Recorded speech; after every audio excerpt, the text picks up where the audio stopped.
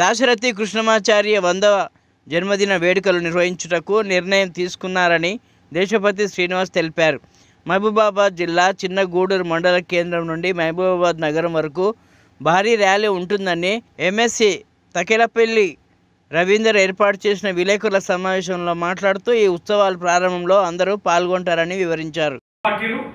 సాహిత్యాభిమానులు, కళాకారులు, రాజకీయ ప్రముఖులు, ప్రజాప్రతినిధులను అందరూ కూడా భాగస్వామ్యం చేసి ఈ కార్యక్రమాన్ని గొప్పగా చేసి ఈ తెలంగాణ జాతి గర్వించదగిన బిడ్డ దాశరథి అనేది మరోసారి ఈ సంవత్సరం అంతా మనం చర్చించుకోవాలి.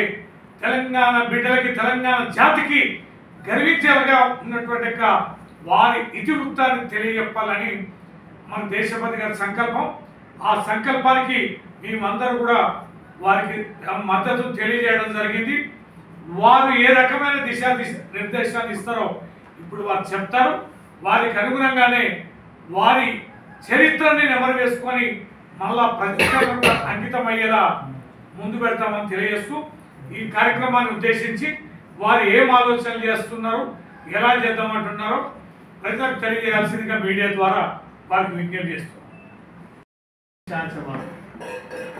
నానాడు నిన్ను గోలిన రాజు మాకెన్నడే, తీగలను తెంపి అగ్నిలో దింపినావు నా తెలంగాణ కోటి రత్నాల వీణ. ఈ పద్యం వినని తెలుగు సాహిత్య ప్రియులు ఎవరు ఉండరు. చరిత్రలో నిలిచిపోయినటువంటి పద్యం, అజరామరంగా నిలిచిపోయినటువంటి పద్యం. బహుశా ఒక 60 సంవత్సరాలుగా తెలంగాణకు సంబంధించిన వివిధ ఉద్యమాలు తలెత్తుతుంటే ప్రతి ఉద్యమానికి కూడా ఒక శీర్షికగా నిలిచినటువంటి కవితా వాక్యం నా తెలంగాణ కోటి రత్నాల వీణ.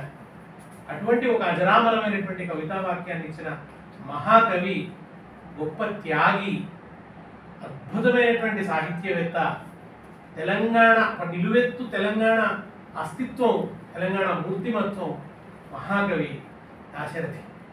ఆయన పుట్టినటువంటి పవిత్రమైన గడ్డ చిన్నగూడూరు, ఈ మానుకోట ప్రాంతం.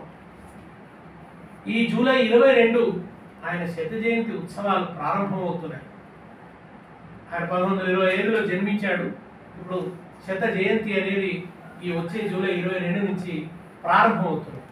కనుక ఇది నిజంగా మొత్తం తెలుగు సాహిత్యాన్ని అభిమానించే వాళ్ళందరికీ, దాశరథిని అభిమానించే వాళ్ళందరికీ, తెలంగాణను ప్రేమించే వాళ్ళందరికీ కూడా ఒక గొప్ప పండుగ దినం.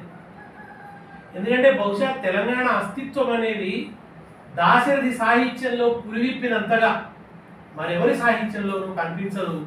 అనేక రకాలుగా ఆయన తెలంగాణను తలపోశాడు. తెలంగాణ గురించి ఉద్వేగపూరితమైనటువంటి కవిత్వాన్ని ఆయన రాసినాడు. ఆయన ఈ ప్రాంతంలో నిజాం వ్యతిరేక పోరాటంలో ఒక చిచ్చర పిడుగై చెలరేగినాడు. అందుకుగాను ఆయనను తీసుకుపోయి నిజామాబాద్ జైల్లో వేస్తే అక్కడ రాయడానికి ఆయనకు కాగితం కలం లేకుంటే పళ్ళు తోముకోవడానికి ఇచ్చినటువంటి బొగ్గు ముక్క తీసుకొని ఆ జైలు గోడల మీద దిగిపోమ్మని జగత్తంత నగారాలు కొడుతున్నది, దిగిపోబోయి తెగిపోబోయి అని రాజును ఎదిరించి పద్యాలు రాసినాడు. దగాకోరు రజాకారు బటాచోరు పోషకుడు, దిగిపోమ్మని జగత్తంత నగారాలు కొడుతున్నది అని చెప్పి రాసినాడు. నీ మేడను పడదోస్తాం, నీ మెడనే విడదీస్తాం అని అనగలిగినటువంటి ధైర్యం ఆనాడు దాశరథిది. అది మాత్రమే కాదు, ఆయన ఎంత గొప్ప కవిత్వం అంటే గతితార్కిక భౌతికవాదాన్ని ఒక గేయంలో చెప్పేసినాడు ఆయన. ఆ చల్లని సముద్ర గర్భం దాచిన బడబానలం ఎంతో. చారిత్రక భౌతికవాదం అనేది గొప్ప సిద్ధాంతం. దాన్ని అలవోకగా ఒక పాటలో చెప్పినాడు. పసిపాపల నిదుర కనులలో ముసిరిన భవితవ్యం ఏదో, గాయపడిన కవి గుండెలలో రాయబడని కావ్యాలెన్నో అన్న ఆ ఒక్క వాక్యం చాలు ఆయన కలకాలం నిలిచిపోవడానికి. అటువంటి అద్భుతమైనటువంటి గేయాలు రచించాడు. ఆయన సినిమా పాటలు రాస్తే కూడా ఆ పాటలన్నీ హిట్టే. గోదావరి గట్టుంది, గట్టు మీద చెట్టు ఉంది, చెట్టు మీద పిట్టుంది, పిట్ట మనసులో ఏముంది, పిట్ట మనసులో ప్రపంచం ఉంది అని ముగిస్తాడు చివరిలో. అట్లా జానపద పక్కీలో రాసిన, వీణ పాటలు రాసిన, పడవెళ్ళిపోతుందిరా అని రాసిన, గోరంక గూటికే చేరావు చిలక అని పాట రాసిన, ఏ దివిలో విరిసిన పారిజాతము అనే పాట, అది బాలసుబ్రహ్మణ్యంకి గొప్ప బ్రేక్ ఇచ్చినటువంటి పాట. గాయకుడిగా ఆయన ప్రాచుర్యాన్ని పెంచినటువంటి పాట. అంటే నిజానికి తెలంగాణ నుంచి మద్రాసుకు పోయి అక్కడ అనేక మంది పోటీ మధ్య నిలదొక్కుని తెలంగాణ జెండాను మద్రాసులో పాతినటువంటి మహాకవి మన దాశరథి కృష్ణమాచార్య. ఆయన అనుభవించిన నిర్బంధం, ఆయన చేసిన త్యాగం తలుచుకుంటే తెలంగాణ వాళ్ళు కలలు కనబడితే కూడా నిద్రలే రెండు చేతులు ఎత్తి నమస్కరించాల్సినటువంటి గొప్ప వ్యక్తిత్వం దాశరథి గారు.